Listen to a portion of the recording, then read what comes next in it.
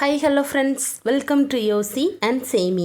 இன்றைக்கி நம்ம யோசி அண்ட் சேமி சேனலில் என்ன வீடியோ பார்க்க போகிறோம் அப்படின்னா, வீட்டு செலவை பாதியாக குறைக்கிற மாதிரி ஒரு 5 ரகசியம்தான். நம்மளில் நிறைய பேர் நினைப்போம், நம்ம வீட்டில் தான் மாதம் 5000 6000 மளிகை செலவுக்கு மட்டுமே ஆகுது, பக்கத்து வீட்டில் 2000 3000 தான் ஆகுது அப்படின்னு நம்மளை நாமளே தாழ்த்திக்கிட்டு நமக்கு ஏன் இவ்வளோ ஆகுது அப்படின்னு நம்ம பண்ணுற தப்பு எதையும் யோசிக்க மாட்டோம். பணம் இவ்வளோ போகுதே அப்படிங்கிறத மட்டும் நினச்சி புலம்பிக்கிட்டே இருப்போம் இல்லையா? அது நம்ம மேலே இருக்கிற தப்பு தான் அப்படிங்கிறத நான் உங்களுக்கு எடுத்து சொல்லிவிட்டு, அந்த தப்பை எப்படி குறைக்கலாம் அப்படின்னு 5 பாட்டி காலத்து ரகசியம் மாதிரி சொல்லித்தரேன். நீங்கள் உங்கள் மனசில் பூட்டி வச்சுக்கோங்க. வீடியோக்குள்ளே போகலாமா? வீடியோக்குள்ளே போகிறதுக்கு முன்னாடி மறக்காமல் உங்களோட குட்டி குட்டி லைக்கை போட்டுட்டு பாருங்கள். நானும் வீடியோவை தொடர்றேன். வாங்க வீடியோக்குள்ளே போகலாம். இன்றைக்கி இருக்க காலகட்டத்தில் பார்த்திங்கன்னா கண்டிப்பாக எல்லாருமே எதுக்காக ஓடிக்கிட்டு இருக்கோம் அப்படின்னா, ஒரு நல்ல நிம்மதியான வாழ்க்கைக்கு தான். சாப்பிடணும், நம்ம நினச்ச மாதிரி துணிமணியை வாங்கி உடுக்கணும், சண்டை சச்சரவு இல்லாமல் நிம்மதியாக இருக்கணும் அப்படின்னு. ஆனால் அப்படி இருக்க முடியுதா? கண்டிப்பாக முடியாது. ஏன்னா எல்லார் லைஃப்லேயும் எவ்வளோ பெரிய பணக்காரனாக இருந்தாலும் அவனுக்கும் மாதம் 50,000 கடன் எடுத்து வெளியில் கொடுக்குற மாதிரி ஒரு சுச்சுவேஷன் இருக்குது.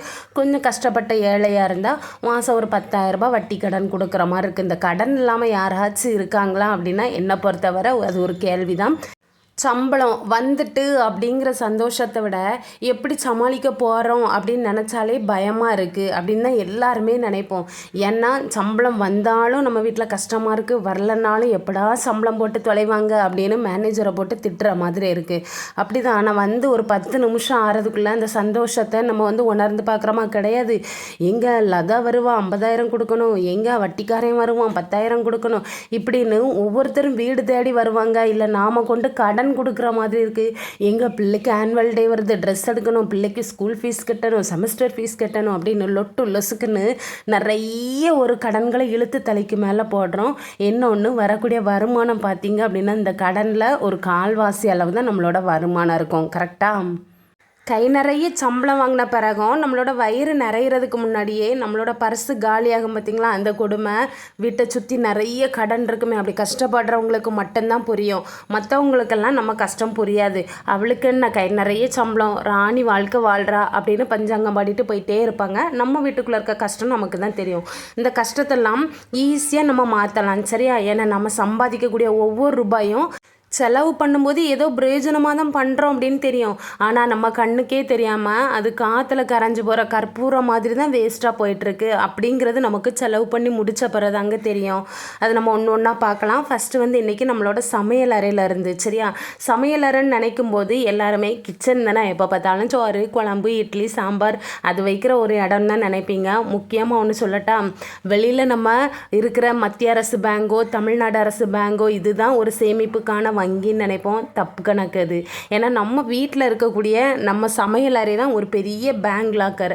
அதிலிருந்து பணத்தை ஆக்கவும் முடியும், அழிக்கவும் முடியும். சோறு பொங்கி சாப்பிடவும் முடியும், வீணாக்கவும் முடியும். அப்படிங்கிறது ஆக்குறது அழிக்கிறது ரெண்டையும் பண்ணுற மாதிரி நம்ம வீட்டு பீரோவுக்கு கூட இந்த தன்மை கிடையாது. நம்ம வீட்டு கிச்சனுக்கு ஒரு பணத்தை உருவாக்குற சக்தியும் அழிக்கிற சக்தியும் இருக்குது.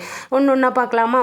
சின்ன சின்ன அலட்சியம் தாங்க. அந்த அலட்சியத்தை நீங்கள் லட்சியமாக மாற்றுறீங்களா அலட்சியமாக மாற்றுறீங்களா அப்படிங்கிறது உங்கள் கையில் இருக்குது. அதுக்கான சூப்பரான டிப்ஸை பார்க்கலாமா? வாங்க வீடியோக்குள்ளே போகலாம்.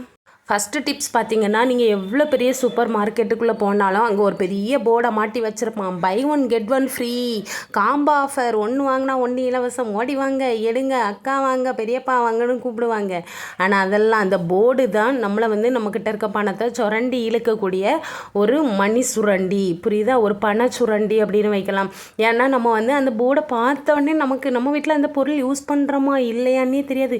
எங்கள் ஹார்பிக்கு 3 வாங்கினா 1 ஃப்ரீயாக வாங்க ஓடி போய் எடுக்கலாம். எதுக்கு உனக்கு 3 கூட 1 4? நீ ஒரு 2 மாதம் ஊற்றுனாலே ஒழுங்காக வீட்டில் நீ பாத்ரூமை க்ளீன் பண்ணாலே ஒரு ஹார்பிக்கே போதும். 4 வாங்கி வச்சு எதுக்கு எக்ஸ்பயர் ஆகி தூர போடுறதுக்கு? இதுக்கு எதுக்கு நீ 100 ரூபா கொடுத்து வாங்கணும்? இதுதான் என்னோட கொஸ்டின். நம்ம அந்த போர்டை பார்த்து மயங்கக்கூடாது. சரியா? நான் சொன்ன மாதிரி அந்த பை 1 கெட் 1 ஃப்ரீ, அப்படி 1 வாங்கினா 1 இலவசம். அது நம்மக்கிட்ட இருக்க பணத்தை அப்படி சுரண்டி இழுக்கக்கூடிய ஒரு தூண்டில். மீனை கவ்வி இழுக்கிறதுக்கு தூண்டில் மாதிரி நம்ம பணத்தை அப்படி கவ்வி இழுத்துறோம். ஏன்னா பெரும்பாலும் இந்த ஆண்களை விட பெண்களோட மனசு அதுக்கு ரொம்ப அடிமையாகிரும். டக்குன்னு கவர்ந்துருவாங்க அந்த போர்டை பார்த்தோன்னே. உங்களுக்கு சமையலை பற்றி என்னங்க தெரியும்? சமைக்கிற எனக்கு தான் தெரியும். வீட்டுக்கு என்னெல்லாம் வேணும்னு பாருங்கள், 2 சேமியா பாக்கெட் எடுத்தால் 4 சேமியா ஃப்ரீ, வாங்க எடுப்போம் அப்படின்னு. ஆனால் இதெல்லாம் கொஞ்சம் பிரயோஜனமாக நீங்கள் எடுத்தீங்க அப்படின்னா உங்களுக்கு ஓகே. மாதம் உங்கள் வீட்டுக்கு ஒரு 3 சேமியா பாக்கெட் வாங்குறீங்க அப்படின்னா 3 மட்டுமே போதலைங்க. 6 வாங்கி எதுக்கு 3 தூர போடணும்? அந்த பொருளெல்லாம் ரொம்ப நாளைக்கு தாக்கு பிடிக்காது.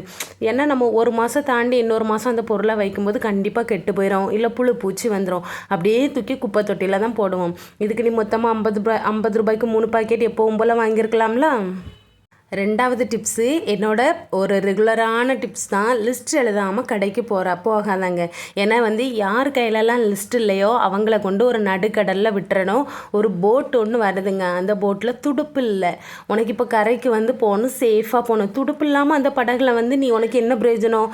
படகும் நகராது, நீயும் நடுக்கடலில் ஆணு திணறிக்கிட்டே இருக்கணும். அப்படிங்கிற மாதிரி தான் லிஸ்ட் எழுதாமல் போகிறது. ஒரு மாதத்துக்கு தேவையான மளிகை பொருளை வாங்குறதுக்கு கடைக்கு போகிறோம். வீட்டில் என்னென்ன தீந்திருக்கு, எது எது ஸ்டாக்கில் இருக்குது, எது எது இல்லை, எது இந்த மாதம் அத்தியாவசிய தேவை. முதல்ல நம்ம புருஷனோட வருமானம், நம்மளோட சமையலறைக்கு இந்த மாதம் எவ்வளோக்கு ரூபா கொடுத்துருக்காங்க, இவ்வளோ ரூபாய்க்குள்ள எதை சிக்கனமாக வாங்கலாம், வீட்டில் மிளகாத்தூள் இருக்குதா, இல்லை அரைச்சி வச்சது காலி ஆகிட்டா, இந்த மாதிரிலாம் நம்ம கணக்கு எடுத்துகிட்டு போகிறோமா? கிடையாது. ஏன்னா புருஷன் பைக்கில் கூப்பிட்டாச்சா, பைக்கில் போகக்கூடிய அந்த சந்தோஷத்தில் வீட்டில் இருக்கிற பொருள் எல்லாம் மறந்துடுறது. ஒரு நிமிஷம் யோசிச்சுக்கணும். இதே இடத்துல நம்ம அப்பா நம்ம அண்ணனோட காசாக இருந்தால் நம்ம வீணாக்குவோமா? அப்போது நம்ம புருஷனையும் அந்த மாதிரி நம்ம மதிக்க கற்றுக்கணும். ஏன்னா அவரும் நமக்காக, அதாவது நம்ம அப்பா அம்மாவும் நம்மளை வளர்த்துருப்பாங்க, ஒரு 25 வயசு வரை வளர்த்துருப்பாங்களா. இது நம்ம புருஷன் ஆயுசு வரைக்கும் நம்ம கூட இருந்து நமக்காக தான் கஷ்டப்பட்டு வேலை செஞ்சு ஒவ்வொரு ரூபாயும் வேர்வை சிந்தி உழைச்சிட்டு வராங்க. அதுக்கு நம்ம கொடுக்கக்கூடிய மரியாதை சிக்கனமும் பொறுமையும் தான். ஓகேவா? 3வது டிப்ஸு, கண்டிப்பாக அந்த டிப்ஸை பணத்தை நிறைய செலவாக்கக்கூடிய செலவாளியாக நீங்கள் இருந்தீங்கன்னா இதை ஃபாலோ பண்ணுங்கள். கடைக்கு போகிறதுக்கு முன்னாடி உங்கள் வயிறு முட்டை நல்லா வீட்டில் நல்லா கொட்டிட்டு போங்க. வயிறார மனசார திருப்தியாக சாப்பிட்டுட்டு போங்க. இல்லை அப்படின்னு வைங்களேன், பசியோடு நம்ம கட்டை தூக்கிட்டு கடைக்கு போகிறோம் அப்படின்னா அங்கே பார்த்த உடனே இந்த லேஸ் பாக்கெட் இருக்குது பார்த்தீங்களா, 5 ரூபாய்க்குள்ளது, அதை பார்த்தோன்னே எங்கே இதில் ஒரு 3 எடுங்க, வயிறு நம்ம அங்குதுங்க, சிறுகுடல் அங்கே இங்கே சிக்னல் அடிக்குதுங்க, பசிக்குதுங்க அப்படின்னு சொல்லுவோம். கண்ணில் கிடைக்கக்கூடிய பிஸ்கெட்டு, ஐஸ்கிரீமு இதெல்லாம் வாங்கி நம்ம முதல்ல பர்ச்சேஸ் பண்ண போயிருக்க மாட்டோம்.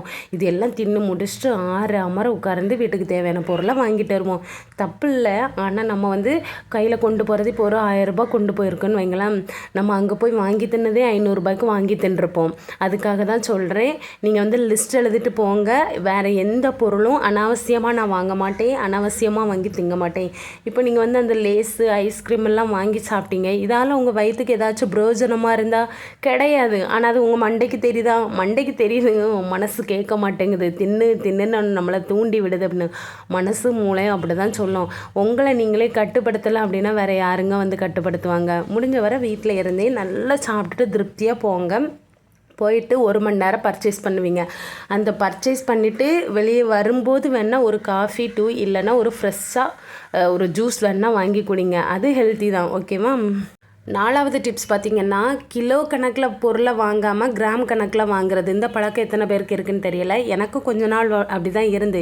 ஏன்னா வீட்டில் நான் என்னோட ஹஸ்பண்ட் அப்படிங்கிறனால 10 ரூபா பாக்கெட்டில் கிடைக்கும் பார்த்திங்களா, மிளகாத்தூள், மல்லித்தூள், சாம்பார் தூள் இதெல்லாம் வாங்கிட்டு நம்மளாம் மிளகாத்தூள்லாம் திரிக்கவே வேண்டாங்க, இதுவே ஈஸியாக இருக்குது, அவங்களே அரைச்சி பாக்கெட்டில் கொடுக்குறாங்க அப்படின்னு ரொம்ப சந்தோஷப்படுவேன். ஆனால் அந்த 10 ரூபா பாக்கெட்டை வாங்கினீங்க அப்படின்னா ஒரு 2-3 நாளிலே காலியாகிட்டே இருக்கும்.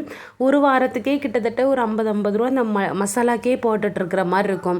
அதுக்கப்புறம் தான் எங்கள் அம்மா என்ன திட்டினாங்க, இந்த மாதிரி பண்ணுறியா, படிச்சிருக்கியா, மண்டையில் அறிவு இருக்கா அப்படின்னு. ஏன்னா கிலோ கணக்கில் நம்ம பொருளை வாங்குறது தான் நமக்கு லாபம். இந்த கிராம் கணக்கில் வாங்குறது ரொம்ப நஷ்டம். பார்க்குறதுக்கு நமக்கு லாபம் மாதிரி தெரிஞ்சாலும் பயன்படுத்தும் போது கிலோ கணக்கு தான் என்றைக்குமே லாபம். அது ஏதோ சொல்லுவாங்களே, அள்ளி கொடுத்தா கை வலிக்கும் அப்படின்னு, கிள்ளி கொடுத்தா தான் கை வலிக்காது அப்படின்னு ஒரு பழமொழி சொல்லுவாங்க. அந்த மாதிரி தாங்க நிறைய, அதாவது மிளகாத்தூள் 1 கிலோ வாங்கினா தான் நம்ம வீட்டில் வச்சு ஒரு 3 மாதம் 4 மாதம் சமைக்கிறது லாபமா, இல்லை டெய்லி 10 ரூபா பாக்கெட் வாங்குறது லாபமா? கொஞ்சம் யோசிச்சு பாருங்கள். 1 கிலோ வாங்கினோம் அப்படின்னா ஒரு 150 ரூபா தான் இருக்கும். அதே 10 கிராம் பாக்கெட்டு தான் நமக்கு 10 ரூபாயாக இருக்கும். எது லாபம் எது நஷ்டம் அப்படின்னு இப்போ உங்களுக்கு புரிஞ்சிருக்கும். சரியா? நீங்கள் அள்ளி கொடுக்குறவங்களா இல்லை கிள்ளி கொடுக்குறவங்களா? ஒரு நிமிஷம் யோசிச்சு பாருங்க. இந்த தப்பெல்லாம் சரி பண்ணலாமா? 5வது பாயிண்டில் எழுதியிருக்கேன் பாருங்கள். இஞ்சி பூண்டு வாங்கிட்டு வந்த உடனே, ஏன்னா வீட்டில் போட்டோடனே இந்த பூண்டுலாம் கொஞ்ச நாள் போட போட காற்று குடிச்சிட்டு போயிடும், உள்ள வெறும் பொக்கு கூடு மாதிரி தான் இருக்கும். இஞ்சியை நம்ம என்னென்ன தான் வாங்கிட்டு வந்து கழுவி எடுத்து ஃப்ரிட்ஜில் வச்சாலும் நாசம் ஆயிரும். அப்போ நீங்கள் தேவைக்கு அளவாக இந்த வாரம் 1/4 கிலோ இஞ்சி 1/4 கிலோ பூண்டுனா அதை வாங்கிட்டு வந்து உடனே இஞ்சி பூண்டு வந்து பக்குவமாக பேஸ்ட்டு மாதிரி அரைச்சி ஃப்ரிட்ஜில் ஸ்டோர் பண்ணி வைங்க. ஒரு வாரத்துக்கு இஞ்சி பூண்டு பேஸ்ட்டு நம்ம வீட்டில் ஸ்டோர் பண்ணலாம். அதுக்காக கடையில் கிடைக்கக்கூடிய இஞ்சி பூண்டு பேஸ்ட்டெல்லாம் வாங்காதீங்க. அது வந்து ஹைஜீனிக், அதாவது ஆரோக்கியமற்றது. கண்டிப்பாக வீட்டிலையே அரைச்சி வச்சுக்கோங்க, ஓகேவா? 2வது, கொத்தமல்லி இலை வாங்கிட்டு வருவீங்க. அந்த கொத்தமல்லி இலையை அடியில் வேரில் பார்த்தீங்கன்னா கண்டிப்பாக மண் தூசி எல்லாம் இருக்கும்.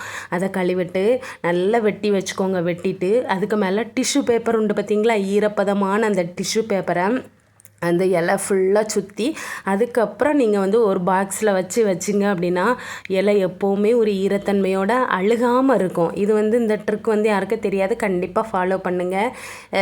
அதே மாதிரி பீர்க்கங்காய், சௌ பீட்ரூட்டு தோல், அதுக்கப்புறம் இந்த முட்டைகோஸ் இருக்குது பார்த்தீங்களா, அதோட இலை, முட்டைகோஸ் வாங்கினீங்கன்னா இலையோடு வாங்குங்க. இந்த மாதிரி தோலும் இலையும் சேர்ந்து நம்ம என்ன பண்ணலான்னா ஒவ்வொரு நாளும் இட்லி தோசைக்கு புதுசாக சட்னி ட்ரை பண்ணலாம். ஏன்னா வந்து நம்ம யூஸ் பண்ணக்கூடிய காய்கறிகள் மட்டும்தான் நமக்கு வந்து உடம்புக்கு சத்துன்னு நினைக்கிறோம். அதுக்கு மேலே இருக்கக்கூடிய தோலும் இலையும் சத்து இல்லை அப்படின்னு நினைக்கிறோம். அதெல்லாம் நம்ம வந்து யோசிக்கிறையில் தான் இருக்குது, சரியா? நான் சொன்னேன் இவ்வளோ ட்ரிக்கே நீங்கள் ஃபாலோ பண்ணி பாருங்கள். எதுக்காக அப்படின்னா, நம்ம மளிகை கடைக்கு போய் உருப்படியாக மளிகை வாங்கிட்டு வர்றது பிரச்சனை இல்லை, வாங்கிட்டு வந்ததை யூஸ் பண்ணியிருக்கோமா அப்படின்னு கேட்டால் தெரியாது. அது ஒரு பழமொழி சொல்லுவாங்க, குப்பை தொட்டி நிறையிற வீடு என்றைக்குமே உருப்படாது அப்படின்னு. முதல்ல பார்க்க நல்ல பணக்காரவங்களாக இருந்த மாதிரி தான் இருக்கும். போக போக ஏன்னா நமக்கு கடன் அதிகமாயிரும். வாங்கிட்டு வர பொருளையெல்லாம் நீ திங்காமல் அதை வண்டடைய வச்சு புழு அடைய வச்சு குப்பை தொட்டியில் போட்டால் என்றைக்குமே நம்ம வீடு உருப்படாது, சரியா? அதே மாதிரி வாங்கிட்டு வந்த காய் எல்லாமே வீணாக்காமல் இருந்தாலே நிறைய பணம் மிச்சம் பிடிக்கலாங்க. அந்த கடைக்காரர்கிட்ட நம்ம வந்து ஒரு 10 ரூபா வெள்ளரிக்காய், அதுக்கு அவர் ஒரு 20 ரூபா வாங்கிட்டாரு அப்படின்னா, என்ன அண்ணாச்சி இந்த தம்மா துண்டு வெள்ளரிக்காய்க்கு நீங்கள் 20 ரூபா போட்டிருக்கீங்க, 10 ரூபா போடுங்க 10 ரூபா போடுங்கன்னு அதிலேயே நின்று கரைவும். பாவம் அந்த கடைக்காரரும் என்ன இவ தொல்லை தாங்க முடியலன்னு 10 ரூபாய்க்கு கொடுப்பாரு. அந்த 10 ரூபா வெள்ளரிக்காயை வாங்கிட்டு வந்து வீட்டில் வந்து குழம்பு வைப்போமா? கிடையாது. நல்ல ஹோட்டல்லலாம் சாப்பாடு வாங்கி சாப்பிட்டுட்டு 10 ரூபா வெள்ளரிக்காயை 10 நாள் கழிச்சு எடுத்து குப்பை தொட்டியில் போடுவோம். இதுக்கு எதுக்குங்க பேரம் பேசி வாங்கணும்? இப்போ 10 ரூபாய் யாருக்கு நஷ்டம்? நமக்கு தான் நஷ்டம். இப்படி ஒவ்வொரு விஷயத்தில் சிந்திச்சு பார்க்குறீங்களா? எல்லாருமே ரொம்ப சிக்கனமாக மணியை சேவ் பண்ணுங்கள். எப்போவுமே சொல்கிறேன், சமையலறை வந்து வெறும் சமைக்கிற இடம் இல்லை, அது நம்ம வீட்டோட பேங்க்லா கேர். வீடியோ பிடிச்சிருக்கா? இந்த ட்ரிக்கெல்லாம் ஃபாலோ பண்ணுங்கள். மறக்காமல் கமெண்ட் பண்ணுங்கள். நாளைக்கு இதே மாதிரி சூப்பரான தகவலோடு உங்களை சந்திக்கிறேன். பாய்.